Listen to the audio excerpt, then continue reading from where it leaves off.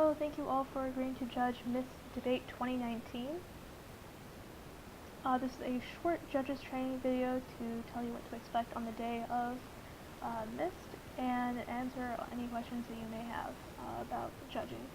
So here's a short judges guide. Also, all the documents that I'm going to go through will be in the email that I've just sent that you've gotten this link from. And please read through all of those on your own as well after this video. So for parking, we recommend that you park in structure 6. It's located on Putnam Street, or you may do street parking. Street parking will be free on Sunday for any of those who are judging on Sunday. We ask that you report to room 213 of State Hall, and in this room there'll be lunch and dinner if you're around those times, as well as coffee, snacks, and everything that you may need.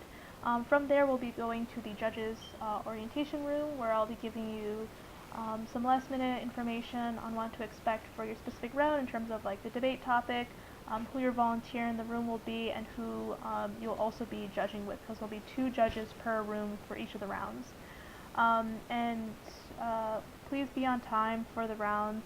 It's very critical that we do proper judges' orientations, that you understand what is going on the day of the competition, and that we're able to give all the time that we can for the competitors. Then we ask that you dress business or cultural, business casual or cultural, and yeah. So for the rules, go up here. So hopefully before this video, if you've watched the short little YouTube clip on what parliamentary debate is. So here's a physical layout of what the actual debate room, or the rooms in State Hall, will look like. We'll set it up so that the government is on one side, opposition's on the other. There's a place where they can speak in the middle. And your judge number 2, as well as the speaker / timekeeper, will be sitting right about here. So according to the rules, competitors can only refer to themselves as Prime Minister, Prime Minister, Member of Opposition, Leader of Opposition. They will refer to you and the timekeeper as Madam or Mr. Speaker. And they do not speak unless called upon by the speaker, when allowed to point out information, or when they're told to come up and present their arguments. So competitors have been given the list of topics that are possible for this year, and they're allowed to bring in any notes and outlines on any of the resolutions. So here are the list of the resolutions.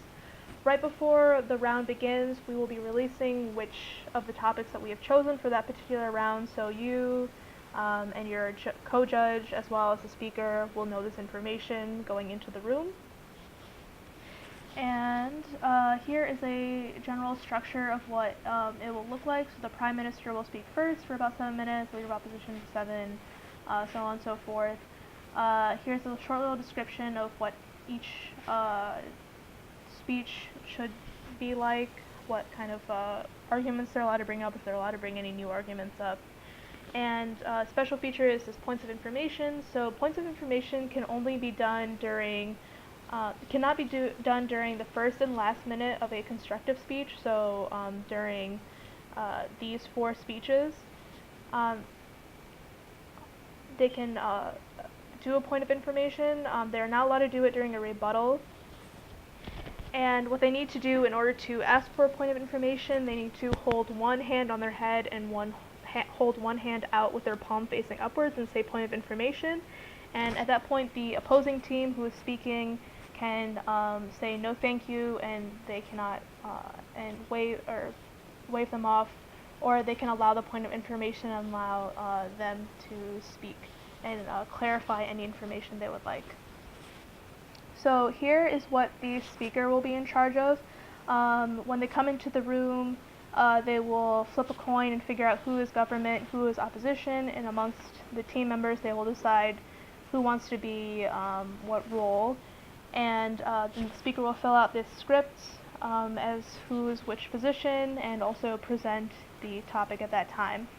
Afterwards, the competitors will be given 5 minutes of preparation time to pull out their outlines, figure out which arguments they want to present, and then the debate will start from there. So only the volunteer needs to worry about saying all this information and running the debate in this way.